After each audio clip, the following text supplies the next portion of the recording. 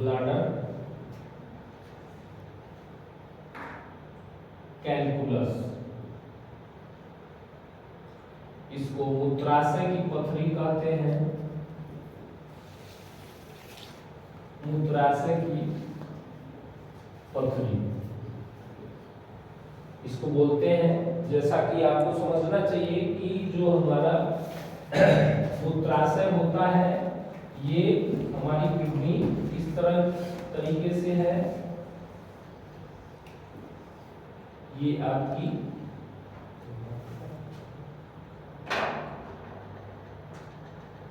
ये जो है आपकी यूरिनरी ब्लैडर हो गई, ये आपका ये किडनी हो गया, ये आपकी यूरेटर हो गई और ये यूरिनरी ब्लैडर हो गया। ठीक है, ये तीन चीजें हो गई। तो ये जो बीमारी जो बता रहे हैं यूरिनरी ब्लैडर कैलकुलस, ठीक है। तो इलेक्ट्रोहोम्योपैथी जब हम ट्रीटमेंट करते हैं किसी मरीजों का तो तीन बातों पे हमें ध्यान रखना चाहिए। इलेक्ट्रोपैथी ट्रीटमेंट में तीन बातें जो है वो महत्वपूर्ण है इसके ट्रीटमेंट में। पहला ऑर्गेनिक रेमेडी, ऑर्गेनिक रेमेडी। दूसरा प्रिंसिपल रेमेडी, प्रिंसिपल रेमेडी, इसको आप कॉजेज रेमेडी बोल सकते हैं, रिस्पॉन्सिबल फैक्टर रेमेडी बोल सकते हैं, रिस्पॉन्सिबल आर्गन रेमेडी बोल सकते हैं, और तीसरी होती है सिम्टोमेटिक। ठीक, तो पहले हम जान लें कि यूरिनरी ब्लैडर कैलकुलस एक्चुअली में क्या होता है। ठीक, तो मूत्राशय में पथरी का मतलब होता है कि यूरिनरी जो ब्लैडर है, ये जो ब्लैडर है इसमें पथरी का बन जाना, आ जाना। ठीक है, पथरी का इसमें इकट्ठा हो जाना, इसी को हम मूत्राशय की पथरी बोलते हैं इसको। और ये एक्चुअली में जो पथरी आपकी किडनी में बनती है वही पथरी आकर के यूरिनरी ब्लैडर में आ जाती है। तो वही पथरी जो होती है उसी को हम यूरिनरी ब्लैडर कैलकुलस कहते हैं। इसका भी वही कारण है जो आपका किडनी में बनने वाली पथरी का कारण है। ठीक, अधिक मात्रा में मांस, मछली, शराब, मसाला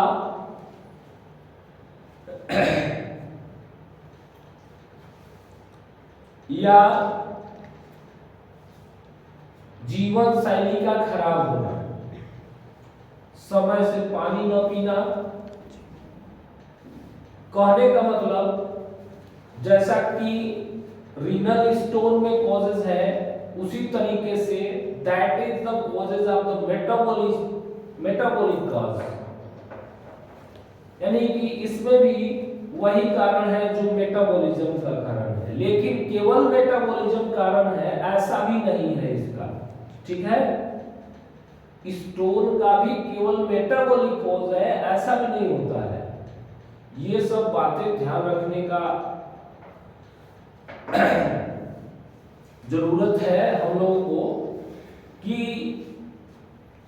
पथरी के बहुत सारे कारण होते हैं, एक कारण नहीं होता है। जैसे आप लोग देखेंगे कि पथरी जो है जो मांस मछली खाता है उसको भी बनता है, जो नहीं खाता है उसको भी बनता है, जो कम खाता है उसको भी बनता है, जो ज्यादा खाता है उसको भी बनता है, जो बिल्कुल शाकाहारी है उसको भी बन जाता है। ठीक, तो इसमें जो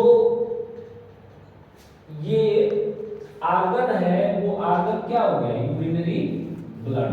ठीक, अब आते हैं प्रिंसिपल रेमेडी में, कॉजेज में आते हैं। ठीक, तो काजेज में मैंने बताया मांस मछली मदिरा और ज्यादा गरिष्ठ भोजन।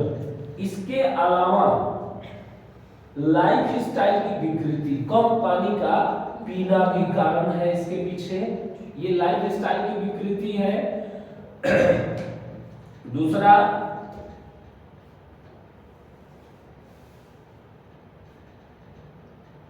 कुछ ऐसे स्थान हैं जहां की पानी में बहुत चूना पाया जाता है।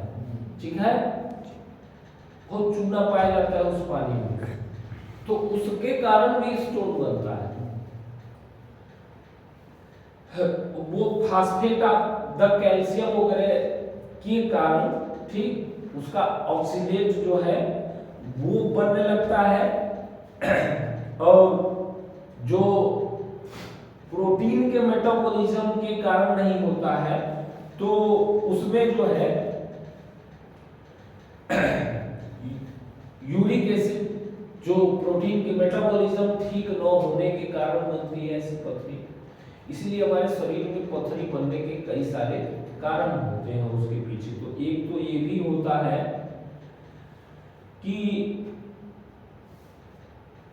बहुत सारे लोग जो है मांस मछली का ज्यादा सेवन करते हैं, या बहुत सारे ऐसे लोग जो कुपोषण के शिकार हैं, ठीक, खराब पानी पीने के शिकार, जिस पानी में कैल्शियम की मात्रा ज्यादा पाई जाती है, चूना की मात्रा ज्यादा पाई जाती है, तो वो भी स्टोन का कारण होता है। इसीलिए जब हम केस टेकिंग करते हैं स्टोन के रोगी को, अगर हम केस टेकिंग करेंगे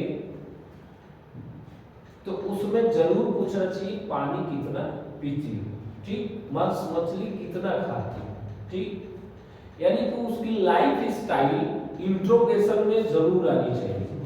यानी जब इंट्रोगेट करेंगे तो उसकी लाइफ स्टाइल का जरूर इंट्रोगेट करें, क्योंकि बीमारी का जो कारण है वो कारण उसके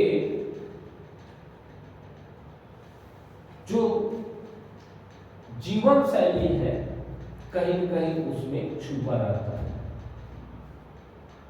तो संजोग मान लीजिए दवाई हम देकर ठीक भी कर देते हैं, फिर भी उसको पथरी बन जाता है, समझे। तो इसके पीछे इस रीजन को हमें समझना पड़ेगा ताकि हम उसकी बीमारी को ठीक कर सकें। इसीलिए मैंने जब इलाज की बात करनी है हमें, तो हम 3 चीजों पे जो हमारा तरीका है, जो इलाज करने का हमारा तरीका है, जो विगत 10 वर्षों से मैं उपयोग करता हूँ इलाज के तरीके को, जो मैंने ओन इसको डेवलप किया चीजों को लेकर के, जिससे हमें भरपूर सफलता मिलती है। और ये वो तरीका है जिससे कि आप आसानी से इलेक्ट्रोहोम्योपैथी के ट्रीटमेंट को सीख सकते हैं। तो इसमें कारण मैंने बताया आपको, तरह तरह के कारण कि क्या क्या कारण हो सकते हैं। तो आप कारण को इस प्रिंसिपल रेमेडी से दूर कर सकते हैं। आज समझ, अंग को ठीक करने के लिए आप ऑर्गेनिक रेमेडी से ठीक कर सकते हैं, और कारण को दूर करने के लिए आप प्रिंसिपल रेमेडी को से कर सकते हैं। तीसरी बात आती है, यानी सिम्टम, ठीक, किसी भी बीमारी को आप उठाएंगे तो 3 चीजें प्रभावित करती हैं। पहला प्रभावित जो करता है मरीज को, वो क्या करता है कि सिम्टम। मरीज हमारे पास जब आता है तो लक्षण को लेके आता है। तो इसमें जो है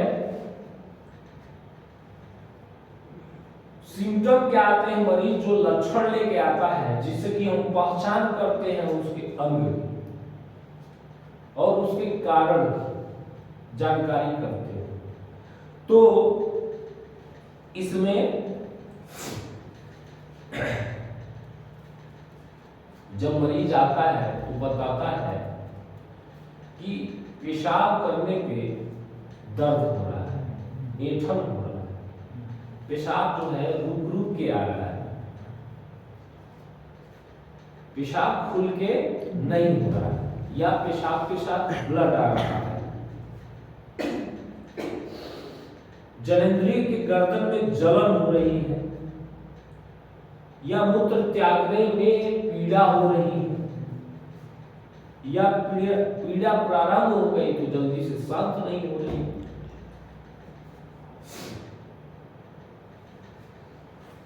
तो मांसपेशियों में ऐंठन हो रही है, या जो पेल्विक रीजन है उस रीजन में पेन है, यानी कुछ ना कुछ ऐसे related symptom with the urine देगा, रिलेटेड विद द यूरिन होगा। आ रहा है समझ में? यानी कि pain correlate with the urine, यानी कि करने से पहले या करने के बाद इसमें पेन का क्रिएशन जरूर हो। तो आपको समझना जाना चाहिए कि the stone may be in the kidney, may be in the ureter, may be in the urinary bladder, may be in the urethra. अब सिम्टम से इन चीजों को हमें जानने की जरूरत है।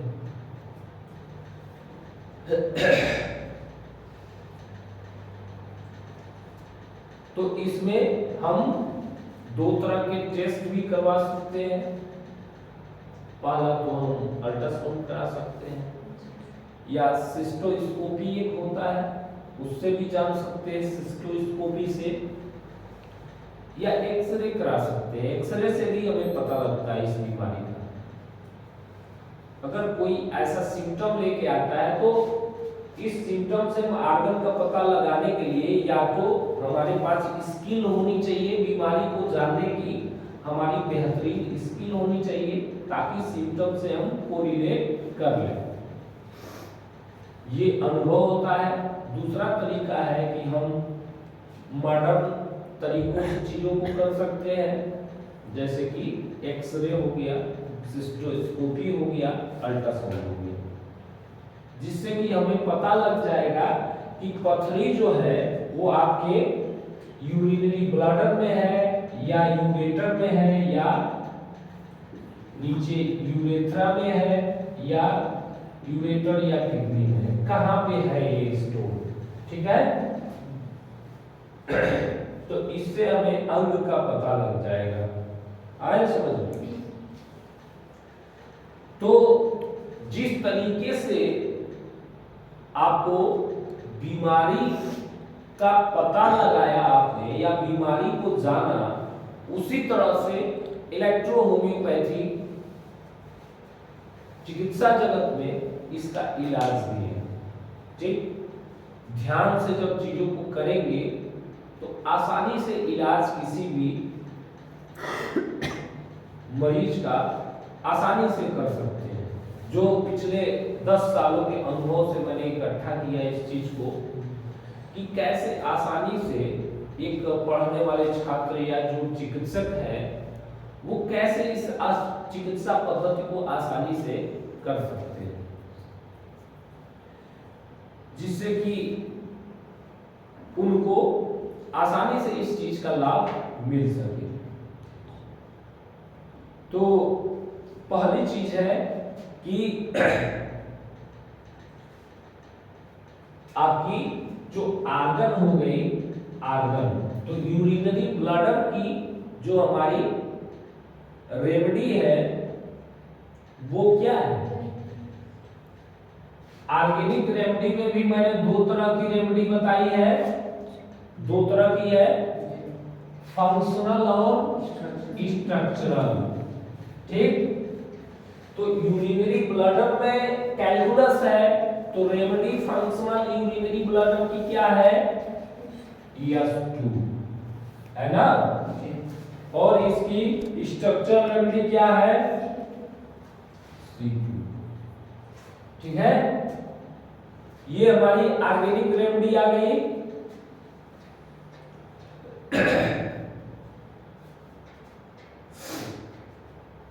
आया समझ में?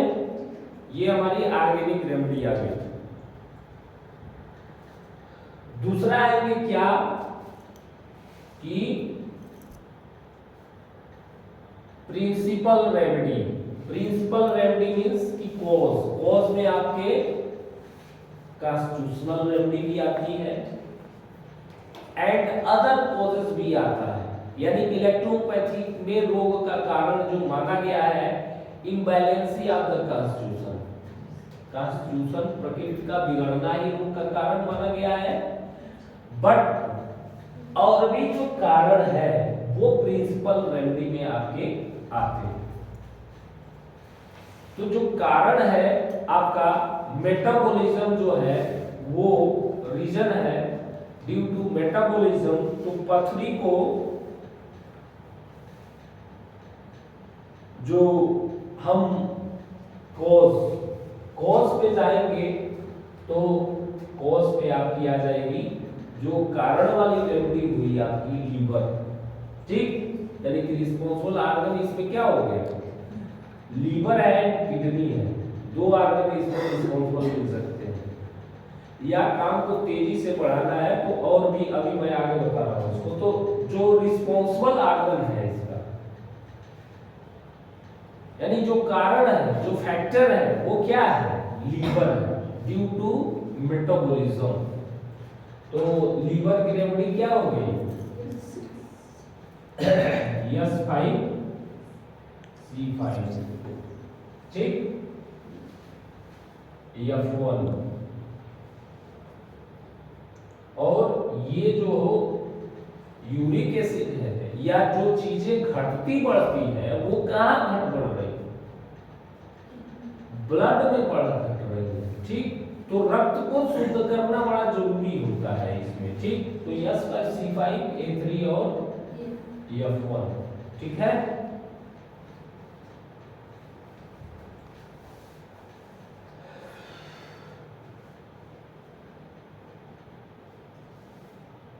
तीसरा होता है, ये तो हो गया आपका, ये समझ गए बात। कभी कभी हमें L1 भी लगाना पड़ता है ड्यू टू मेटाबॉलिज्म ठीक करने के लिए। तो हम उसको, अगर उसको पेट ठीक नहीं रहता है, आ रहा है समझ, पेट ठीक नहीं रहता है तो हम मेटाबॉलिक रेमेडी उसको जरूर देते हैं अगर रोग को ठीक करना है तो।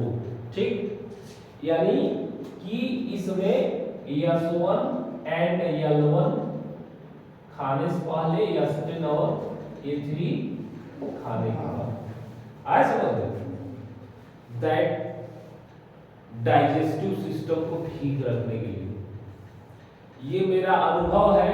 ठीक, जो मेरा अनुभव होता है वही मैं बताता हूं लोगों को, जिससे मैं कम से कम 1000-2000 रोगियों का स्टोन, मेरा कोई ऐसा रोगी नहीं है जो स्टोन ठीक ना हुआ। 100% मेरा स्टोन में रेशियो है, देखे हो ना तुम लोग, मेरा जो रेशियो है स्टोन में 100% है। कोई रोगी घूम के नहीं जाता है। तो मैं इसी चीजों को उपयोग करता हूं, यानी कि मैं जरूर कारण पे फोकस करता हूं उसके। ये मेरा निजी अनुभव है कि मैं कारण को फोकस करता हूं उसके, कि कारण को ठीक नहीं करेंगे तो रोगी को ठीक नहीं कर पाएंगे। इसलिए जरूरी है कि कारण को ठीक करें। तो ये आपका लीवर हो गया, ये आपका मेटाबॉलिक चीजें हो गई। ठीक, लीवर के द्वारा मेटाबॉलिज्म, डाइजेस्टिव सिस्टम के द्वारा मेटाबॉलिज्म। ठीक, यानी कि digestive system, whole the digestive system को ठीक किया इसने, और ये आपका लीवर के मेटाबॉलिज्म को ठीक किया। समझ गए बात को? अब आते हैं सिम्टम में। क्या हो रहा है, पेन हो रहा है, दर्द हो रहा है, उसको पेन हो रहा है, दर्द हो रहा है। तो दर्द हो रहा है तो हम सिम्टम के अनुसार रेमेडी जो है इसको लगवा सकते हैं और पिला भी सकते हैं। ठीक, तो इसमें दो बातें आती हैं। पहली, आपको आरी और वाई ये लगवाना है, लगवा सकते हैं अल्टरनेट आरी और वाई। आरी और यानी सिम्टोमेटिक रेमेडी में आपकी पहले तो अगर पथरी के कारण सूजन हुई है और दर्द हो रहा है तो C5A2 का मरहम या पेंट आप लगवा सकते हो। ठीक है, C5A2 का मरहम या पेंट लगवा सकते हो उसको।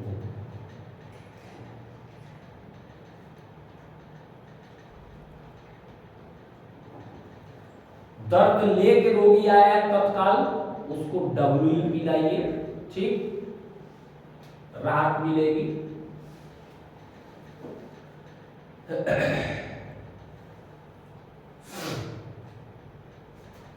और इसको मरहम में लगा सकते हैं और ये इसका जो केंद्र है इसमें आरी और वाई अल्टरनेट लगवा सकते हैं। इसमें आरी और वाई इसमें अल्टरनेट हम लगवा सकते हैं, दाहिने और बाएं।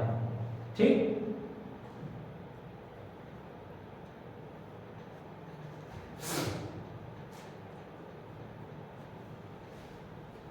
अगर लगता है कि पथरी हमको तत्काल इसका निकलवाना है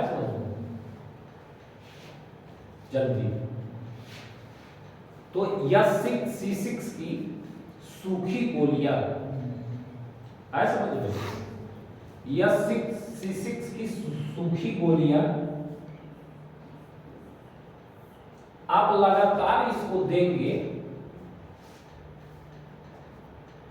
इसकी स्टोन जो है जल्दी से निकल जाएगी, बहुत फास्ट निकलेगी।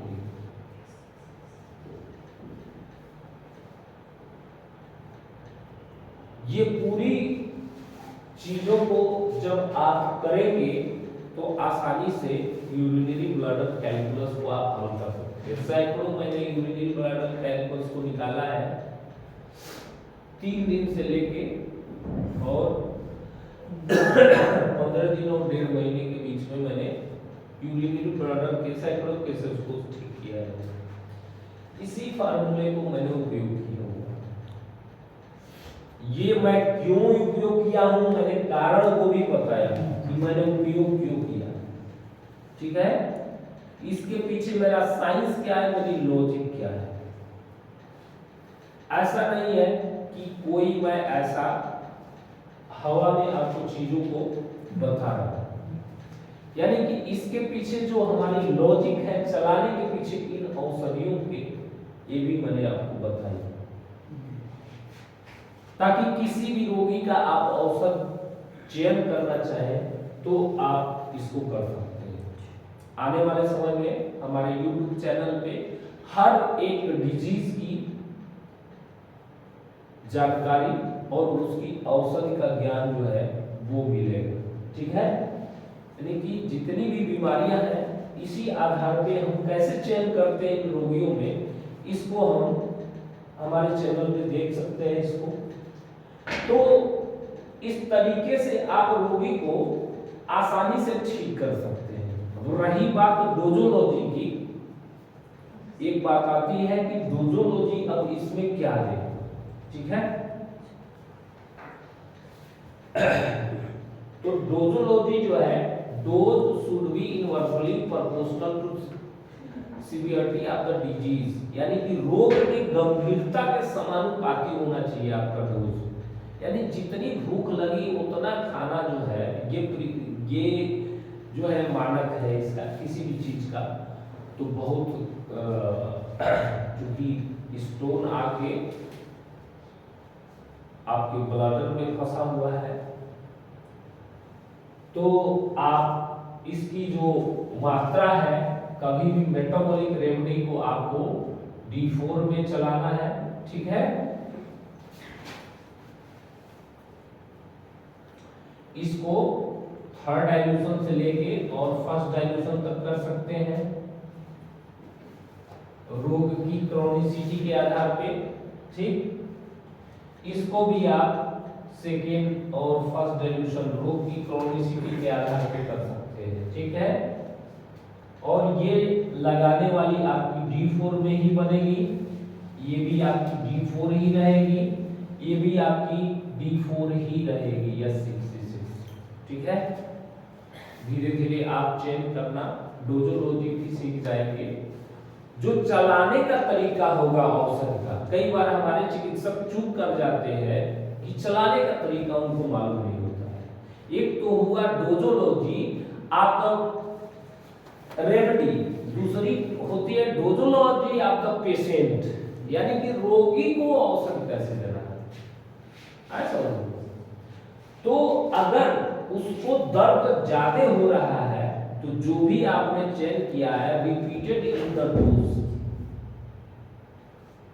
जितनी रेमेडी को हम डाइल्यूट करते हैं रिपीटिशन उतना ज्यादा होना चाहिए गंभीरता के अनुसार, ठीक। दर्द ज्यादा हो रहा है तो उसको 5-5 मिनट पे भी दवाई पिलानी पड़ सकती है। जैसे जैसे दर्द की सीवियरिटी कम हो रही है वैसे वैसे दवा की मात्रा जो है घटती चली जाएगी। मतलब मात्रा का मतलब देने का जो मात्रा है, आ रहा है समझ, वो घटती चली जाएगी। जैसे बहुत तेज दर्द है तो घंटे में हम 4 बार 5 बार 6 बार दे रहे हैं, दर्द कम हो गया तो उसको 4 बार कर दिए, 2 बार कर दिए घंटे में, ऐसा।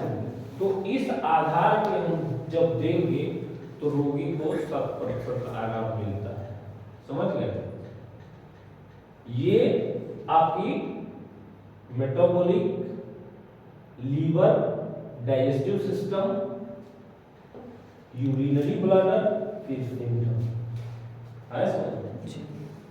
यानी कि कारण में 1 2 3 कारण भी हो सकते हैं किसी भी रोगी के। तो इसलिए औषधि का जो चयन है हमारे, उसी आधार पे हम करते हैं उस औषधि का चयन, तो आसानी से हम रोग को ठीक कर सकते हैं। उसके साथ रोगी को परहेज की हिदायत और खाने पीने की जो हिदायत है वो भी हमें देनी चाहिए, समझेंगे। कई बार होता है कि रोगी को हम दवाई देके छोड़ देते हैं।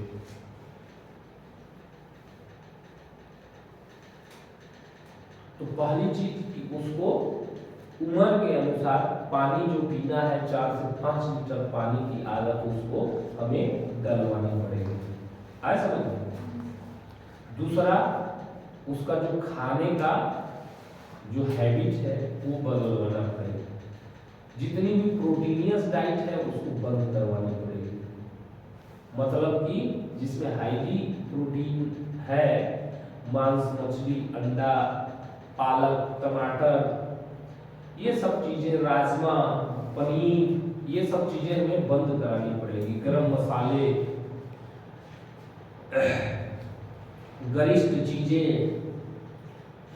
मिठाइयाँ, मैदा से बनी हुई चीजें जो डाइजेस्टिव एंड लीवर को जो खराब करती हो, जो प्रभावित करती हो, उसको बंद कराना चाहिए। और उसको पानी पीने के लिए हर 1 घंटे पे जरूर प्रमोट करना चाहिए कि हर 1 घंटे पे कुछ न कुछ पानी पीता है। जब ऐसा वो करेगा तो क्या होगा, बार बार जो है पानी जब जाएगा तो उसके साथ स्टोन जो है बाहर निकल जाएगा, ठीक है। ये 100% सफलता आप इलेक्ट्रोहोम्योपैथी चिकित्सा पद्धति में आपको मिल सकती है, ठीक है। तो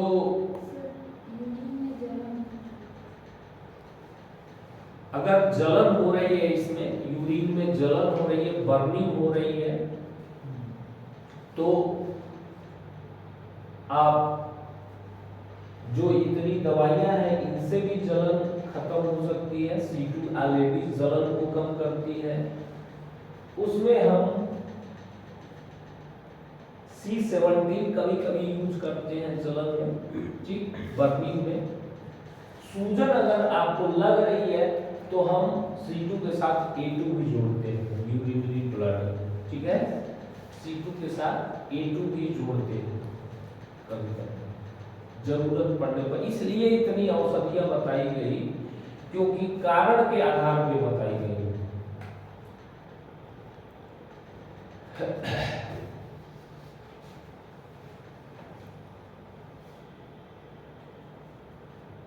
अब जलन का कारण स्टोन है, वहां सूजन पैदा किया हुआ है, मान लो कि जो यूरिनरी ब्लैडर का जो